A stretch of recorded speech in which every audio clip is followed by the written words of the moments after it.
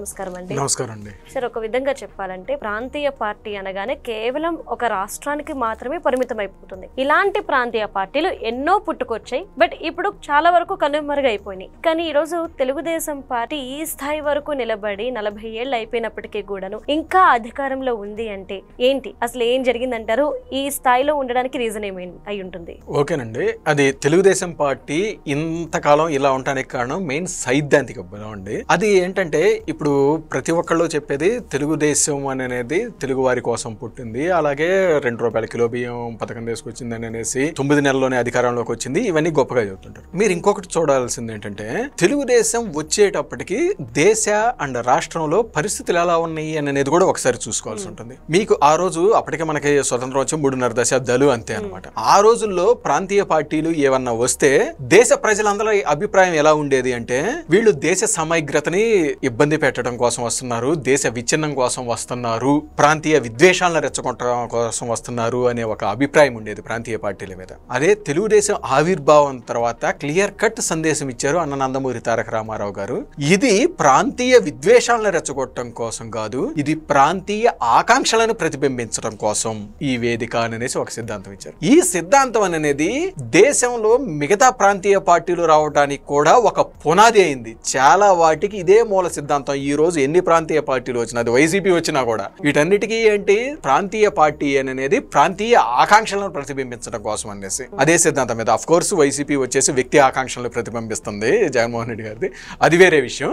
అలాగే ఆ నెక్స్ట్ 9 నెలల్లో అధికారంలోకి వచ్చింది, ఏదో వ్యాక్యూమ్ ఉంది కాబట్టి అప్పట్లో ఇది వచ్చింది అనేసి చెబుతూ ఉంటారు. మీకు ఆ రోజుల్లో కమ్యూనిస్టులు కూడా చాలా స్ట్రాంగ్ గా ఉన్నారు, అందులోనూ చాలా పెద్ద పెద్ద లీడర్స్ ఉన్నారండి. తెలుగుదేశం నుంచి పెద్ద లీడర్స్ ఎవరు లేరండి ఆ రోజు, ఎవరిని పెడితే వాళ్ళని నిలబెట్టి గెలిపించేశారు. మరి అంత వ్యాక్యూమే ఇదంతా ఉంటే ఆ రోజు పెద్ద లీడర్స్ పెద్దవాళ్ళు ఉన్నా కమ్యూనిస్టులు ఎందుకు క్యాప్చర్ చేయలేకపోయారు, అదొకటి ఆలోచించుకోవాలి కదా. మీకు ఆ రోజు అదిగాక రాష్ట్రంలో పరిస్థితులు ఏమున్నాయి, ఆ రోజు రాయలసీమలో ఫ్యాక్షనిజం, ఇటు తెలంగాణలో నక్సల్ ప్రాబ్లము, ఉత్తరాంధ్రలో నక్సల్స్ ప్రాబ్లము, ఇటు హైదరాబాద్ లో మత ఘర్షణలు, అటు సెంట్రల్ ఆంధ్రాలో రౌడీయిజము, ఇన్ని ప్రతికూల పరిస్థితుల మధ్య అధికారంలోకి వచ్చి అన్న నందమూరి తారక రామారావు గారు ఇన్ని ప్రతికూలతల మధ్య వచ్చి ఇటువైపు ఈ లా అండ్ ఆర్డర్ ని కంట్రోల్ చేసుకుంటా ఉన్నారు. ఇంకొక వైపు ఈ సంక్షేమ పథకాలు ఏదైతే ₹2 కిలో బియ్యం అని కానీ, అలాగే జనతా వస్త్రాలు అని కానీ, పేదలకి పక్కా ఇళ్ళు అని కానీ, ఇవన్నీ ఆ రోజే కొత్తగా ఏర్పాటు చేయటం అనమాట. అలాగే ఇంకొక వైపు మండల వ్యవస్థను తీసుకురావటము, పటేల్ పట్వారీ వ్యవస్థను రద్దు చేయటము, అలాగే ఇంకొక వైపు వచ్చేసరికి ఇది రాయలసీమ విద్యుత్ ప్లాంట్ అని కానీ, తెలుగు గంగా అని కానీ ప్రాజెక్ట్స్, అటు విద్యుత్ ప్లాంట్స్. అలాగే ఇంకొక వైపు దేశంలో తొలిసారిగా ఒక ముఖ్యమంత్రి విదేశాలకు వెళ్ళి కంపెనీలను తీసుకురావడం అనేది అన్న నందమూరి తారక రామారావు గారితో మొదలు. ఆ రోజు విదేశీ పర్యటనలకు వెళ్ళేసి ఆ రోజు తీసుకొచ్చిందే ఈ అమర్ రాజా బ్యాటరీస్ అండి, ఆంధ్రప్రదేశ్ లో చిత్తూరులో ఉన్నది. మీకు ఈ రోజు కూడా ఆంధ్రప్రదేశ్ లో అత్యధిక రెవెన్యూ కంపెనీ అమర్ రాజా అండి, అత్యధిక ఉపాధి ఇస్తున్న కంపెనీ అమర్ రాజా. అందులోను గ్రామీణ ప్రాంతాల్లో అంత ఎక్కువ ఉపాధి ఇవ్వడం అనేది చిన్న విషయం కాదనమాట. అలాగే ఇంకొక వైపు చూస్తే సెంట్రల్ మీద పోరాటం, ఆ రోజు ఇందిరాగాంధీ మీద ఏ విధమైన పోరాటం చేశారో చూడండి. మీకు కేంద్రమే మిథ్య అంటూ రాష్ట్రము కేంద్రం మధ్య సంబంధాలు ఎలా ఉండాలి, లావాదేవీలు ఎలా ఉండాలి, ఫెడరల్ వ్యవస్థ ఇది అనేసి. అలాగే ఇంకొక వైపు కేంద్ర పరిధిలో కూడా దేశవ్యాప్తంగా అన్ని పార్టీలని కూప్ చేసేసి ఒక ఫ్రంట్ లాగా ఏర్పాటు చేయడం కూడా ఆయనే స్టార్ట్ చేసింది. చూడండి, ఇన్ని ప్రతికూలతల మధ్య అటు దేశవ్యాప్తంగా ఏమో ప్రాంతీయ పార్టీ అంటే విద్వేషాలను రెచ్చగొట్టేది అనే ఉన్న పరిస్థితుల్లో ఇది ఆకాంక్షలది అని అనేసి చెప్పుకుంటా. అలాగే ఇంకొక వైపు రాష్ట్రంలో ఒకవైపు ఇన్ని లా అండ్ ఆర్డర్ ఇష్యూస్ ఇన్ని ఇది ఉన్నా కానీ ఇటు సంక్షేమము, ఇటు అభివృద్ధి, ఇటు విద్యుత్ సంస్కరణలు, ఇవి అలాగే ఇంకొక వైపు కేంద్రంతో పోరాటం, ఇవన్నీ కేవలం 5 ఏళ్లలోనే అద్భుతాలు సృష్టించాడు. అది కూడా ఎవరు, ఒక సామాన్య వ్యక్తి, కనీసం ఏమాత్రం రాజకీయము పాలనా అనుభవం లేని వ్యక్తి. దానికి ఎంత కమిట్మెంట్ కావాలి, ఎంత ఇది కావాలి, అదే ఈ రోజుకి అందరూ ఫాలో అవుతూ ఉన్నారండి. మీకు ఈ రోజు కేంద్రం కానీ మిగతా వాళ్ళందరూ మాట్లాడుతున్నారు ఏంటి, ఆహార భద్రత అని అనేసి. ఆహార భద్రత అంటే ఏంది, రేషన్ ఇది బియ్యం ఇవ్వటం. ఆ రోజు అన్న నందమూరి తారక రామారావు గారు చెప్పింది అదే కదా, పేదాడికి పట్టెడన్నం అని అనేసి ₹2 కిలో బియ్యం పథకం అనేసి. ఈ రోజు రాజకీయ నాయకులు చాలా మంది ఏంటి రోడ్ షోలు ఇది అనేసి చేస్తూ ఉంటారు. ఆ రోజు అన్నగారి చైతన్య రథయాత్ర అనేసి రథం వేసుకొని అనేసి వెళ్ళిపోయారు కదా, అదే ఈ రోజు ఇది చేస్తున్నారు. ఈ రోజు విదేశీ పర్యటనలకు వెళ్ళేసి ముఖ్యమంత్రులు కానీ ప్రధానమంత్రులు కానీ మేక్ ఇన్ ఇండియా అని కానీ లేకపోతే ఇంకోటని కానీ ఇది చేస్తున్నారు. ఆ రోజే అన్న నందమూరి తారక రామారావు గారు వెళ్ళి చేశారు. అలాగే ఆ తర్వాత వచ్చిన చంద్రబాబు నాయుడు గారిని తీసుకున్నారు అనుకోండి. చంద్రబాబు నాయుడు గారు వీళ్ళ దగ్గరికి వెళ్ళేసి మైక్రోసాఫ్ట్ దగ్గరికి వెళ్ళేసి ప్రెజెంటేషన్ ఇస్తా కూడా ఆయన ఏమని ప్రెజెంట్ చేసుకున్నారు, ఇదిగోండి మా దగ్గర లా అండ్ ఆర్డర్ బాగుంది అని అనేసి ఇది చూయించుకున్నారు. ఆ లా అండ్ ఆర్డర్ దానికి ఫస్ట్ ఫౌండేషన్ అన్న నందమూరి తారక రామారావు గారు. ఇక్కడ మత కళాలు కానీ, అటు ఫ్యాక్షనిజం కానీ, ఇటు ఇది కానీ, నక్సలిజం ఇవన్నీ అణిచివేస్తా దాన్ని ఇంకొంచెం బెటర్ ఇంకా నెక్స్ట్ లెవెల్కి తీసుకెళ్లాడు. అదే సిద్ధాంతం ఫాలో అవుతా చంద్రబాబు నాయుడు గారు సైద్ధాంతిక బలము అన్నది అందుకేనండి. అదే సిద్ధాంతాన్ని ఫాలో అవుతా లా అండ్ ఆర్డర్ ని ఇంకా స్ట్రిక్ట్ గా ఇది చేశారు చంద్రబాబు నాయుడు గారు. అలాగే నెక్స్ట్ అదే మైక్రోసాఫ్ట్ వాళ్ళకి ప్రెజెంటేషన్ లో చంద్రబాబు నాయుడు గారు చెప్పింది ఏంటి, ఎలక్ట్రిసిటీ మా దగ్గర పవర్ ఇది ఇబ్బందులు లేవు ఇది అనేసి. దీనికి కూడా ఫస్ట్ ఆ బీజం వేసింది ఎవరు, నందమూరి తారక రామారావు గారే కదా, రాయలసీమ విద్యుత్ ప్లాంట్ అనేసి ఈ పవర్ జనరేషన్ కెపాసిటీని పెంచడం ఇదంతా చేసింది. ఆ తర్వాత చంద్రబాబు నాయుడు గారు అదే సిద్ధాంతాన్ని తీసుకొని ఇంకా ఎక్కువ పవర్ జనరేషన్ కెపాసిటీని పెంచి ఈ కరెంట్ ఇబ్బందులు లేకుండా చూపించాడు. దాన్నే మైక్రోసాఫ్ట్ వాళ్ళకి ప్రెజెంటేషన్ ఇచ్చాడు. ఆ తర్వాత ఎయిర్పోర్ట్ కడతాము, ఎయిర్పోర్ట్ కట్టేసిన తర్వాత మీకు ఇంకా కనెక్టివిటీ ఉంటుంది, ఈ ఇన్ఫ్రాస్ట్రక్చర్ ప్రాబ్లం కూడా ఏమీ ఉండదు అనేసి కూడా మైక్రోసాఫ్ట్ వాళ్ళకి ప్రెజెంటేషన్ ఇచ్చారు. సో ఈ రకంగా law and order, power sector తెచ్చిన రిఫార్మ్స్ అండ్ ఈ ఇన్ఫ్రాస్ట్రక్చర్ వీటన్నిటిని చూపే ఆ రోజు ఆ రాళ్ళగొట్టలో మైక్రోసాఫ్ట్ తీసుకొచ్చారండి. అదే సామాన్యంగా. సో దీనన్నిటికి ఫౌండేషన్ తెలుగుదేశం పార్టీ నందమూరి తారక రామారావు గారు పెట్టిన సిద్ధాంతాలే. ఆ సిద్ధాంతాన్ని ఈయన కంటిన్యూ చేస్తా ఇక్కడ తీసుకొచ్చారు. ఆ తర్వాత ఇప్పుడు చంద్రబాబు నాయుడు గారు దీపం పథకం తీసుకొచ్చారు, ఆదరణ పథకం అని కానీ ఇవన్నీ తీసుకొచ్చిన ఆ రోజు నందమూరి తారక రామారావు గారు బియ్యం పథకం కానీ ఇవన్నీ ఏవైనా కానీ వేటికైనా రెవెన్యూ ఉంటేనే ఇవి మనం ఇవ్వగలుగుతాము. రెవెన్యూ లేకుండా ఎవరు ఏమి చేయలేం కదా ఇది. అలాగే ఆ నెక్స్ట్ వచ్చేసరికి నారా లోకేష్ గారు నెక్స్ట్ జనరేషన్ అనేది చూస్తే ఆ రోజు చంద్రబాబు నాయుడు గారు రామారావు గారి దగ్గర ఏం చేసేవాళ్ళు, క్యాడర్ కోసం. ఇప్పుడు ప్రభుత్వం అనేది ఏర్పడాలి అంటే మీరు మంచి పథకాలు పనులు ఇదంతా చేయాలి అంటే మీ పార్టీ గెలవాలి ఫస్ట్. సో ఆ పార్టీ గెలవడానికి కార్యకర్తలని కానీ ఇది చూడాలి. సో ఆ రోజు చంద్రబాబు నాయుడు గారు ఏంటి, రామారావు గారి దగ్గర కార్యకర్తల సంక్షేమం కోసం ఆయన పనిచేశారు. ఫస్ట్ టైం కంప్యూటరైజేషన్ చేసి కార్యకర్తల డీటెయిల్స్ ఇవన్నీ పెట్టడం ఇదంతా చేయటం ఇది చేశారు.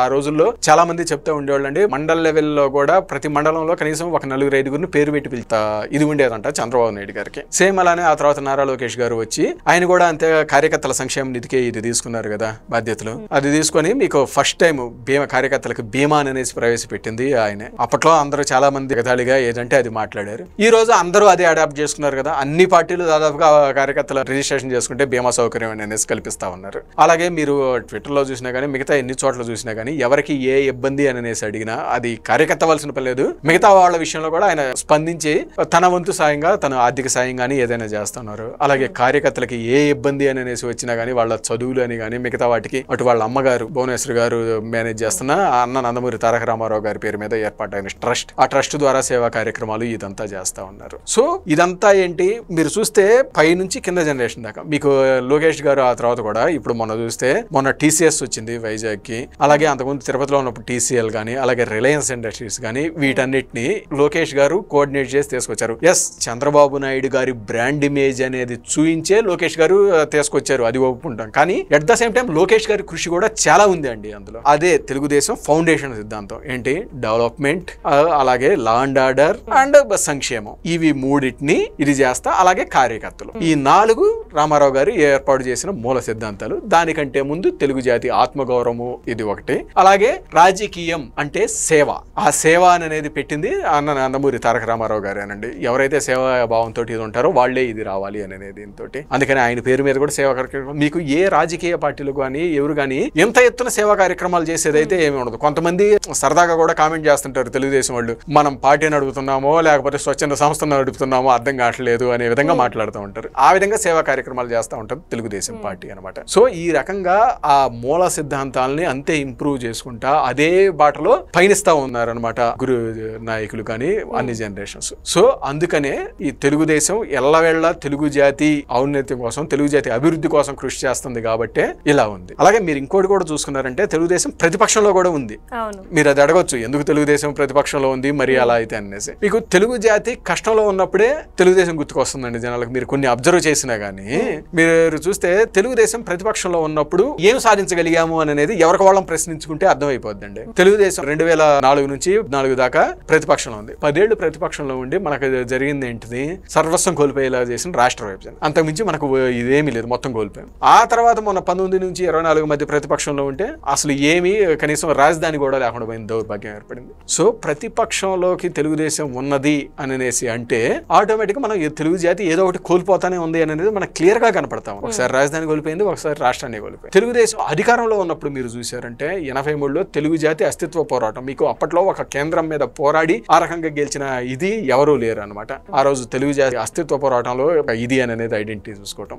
అలాగే ఆ తర్వాత మీకు 90లో చూస్తే తెలుగు జాతి ఆత్మవిశ్వాస, తెలుగు జాతి ఎదుగుదలలో అటు ఐటీ అనేసి ఇవి తీసుకొచ్చి చంద్రబాబు నాయుడు గారు తెలుగు జాతి ఎదుగుదలకి తోడ్పడింది 90లో. మీకు ఆ తర్వాత ఇప్పుడు వచ్చేసరికి రాజధాని అని కానీ ఇది పనులు ఇది జరుగుతా ఉన్నాయి. సో తెలుగు దేశం అనేది అధికారంలో అధికారంలో ఉన్నప్పుడు ఏం బెనిఫిట్స్ జరిగినాయి అనేది మీకు చూస్తా ఉన్నారు. తెలుగుదేశం ప్రతిపక్షంలో ఉన్నప్పుడు మనం ఏం కోల్పోతున్నాము అనేది కూడా క్లియర్ గా జనాలకు అర్థమవుతా ఉంది. అందుకనే ఎల్లవేళ తెలుగుదేశం అంటేనే తెలుగు జాతికి ఒక భరోసా, తెలుగు ప్రజలందరికీ నమ్మకం అన్నమాట. సార్, తెలుగుదేశం పార్టీ గురించి మరొక విషయం ఏంటి అంటే, మొదటిసారి తెలుగుదేశం పార్టీయే వేరే వాళ్ళ దగ్గరికి వెళ్ళి మా రాష్ట్రానికి రండి, ఇక్కడ ఇండస్ట్రీస్ స్థాపించండి, మీకు ల్యాండ్ ఇస్తాం, ఈ విధంగా స్టార్ట్ చేసింది కూడా టీడీపీ పార్టీ అని చెప్పేసి అంటూ ఉన్నారు. దీనికి పునాది వేసింది చంద్రబాబు నాయుడు గారా లేదంటే రామారావు గారా? ఓకే, ఫస్ట్ రామారావు గారు మీకు ఆ రోజు విదేశాలకు వెళ్ళేసి పెట్టుబడుల కోసం ఆయనే కదా ప్రయత్నాలు చేసింది. ఆ రోజు ఆయన ప్రయత్నాలతోటే ఆ రోజు ఈయన వచ్చింది అనమాట, అమర్ రాజా బ్యాటరీస్. ఇవన్నీ ఆ రోజుల్లో ఇంకా ఎక్కువగా ఉండేదండి, ప్రాసెస్ చాలా కష్టంగా ఉండేది ఏదైనా కంపెనీ పెట్టాలన్నా పర్మిషన్స్ కోసం. సో